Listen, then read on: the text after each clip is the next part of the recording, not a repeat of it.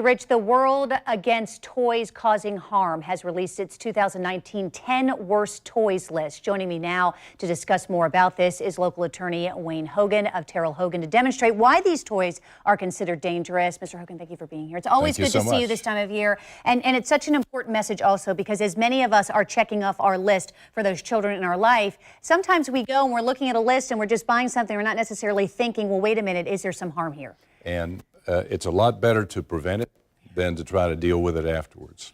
And there's 250,000 injuries every year for children, several dozen deaths. So we need to try to prevent those things from happening. And there are some watchwords to use to try to protect against these kinds of harms. Okay, so let's start with this first one, which looks like a mundane toy for maybe a child who's about, learning how to walk, to pull this behind them. Well, the first safety watchword, though, for something like this is whether it will strangle. And this is just a simple overhand knot because this cord is too long.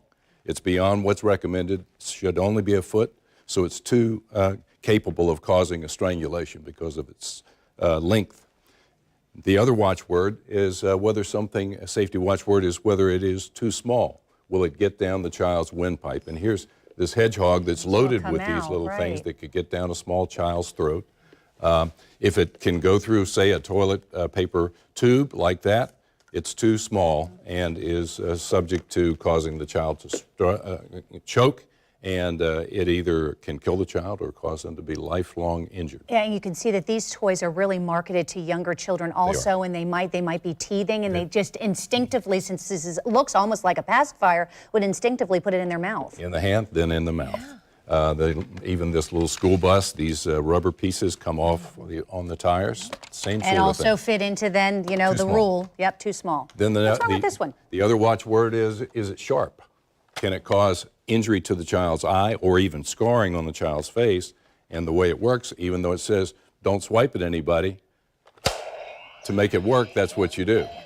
And so when that happens, then some child is going to be injured, probably in the eye. Isn't that just instinct, too? If you give this to a young child, that's exactly what they want to do because they see it on TV, right? When they watch Wolverine or anything else, right? It's called. So, and then the other is, will it shoot? And here's this Gatling gun, that Nerf Gatling gun. This thing will fly 40 yards. Wow. We'll see if it operates. Maybe we can do it here. Sure does, wow. Well, and there's some force to this, too. Yes, of course, if it'll go 120 feet. And so the point is, it is dangerous because of blunt impact to the eye. With that kind of force, a child can lose their eye, be blinded in that eye for the rest of their lives. So these watchwords are really important for parents, grandparents, aunts, and uncles to think of. Will it strangle? Is it too small? Is it sharp? Will it shoot? Very easy to remember and something to be paying attention to when they're out there trying to do good for the child, but potentially doing harm. And the reality is also is that a lot of people don't necessarily take that extra time to think about it, but as a personal injury attorney, because they end up in your office. They do. We would prefer these to be prevented than having to deal with these cases because we've done that where a child choked, died. They ended up having to redesign the toy, but that was after the fact. We'd rather try to prevent it.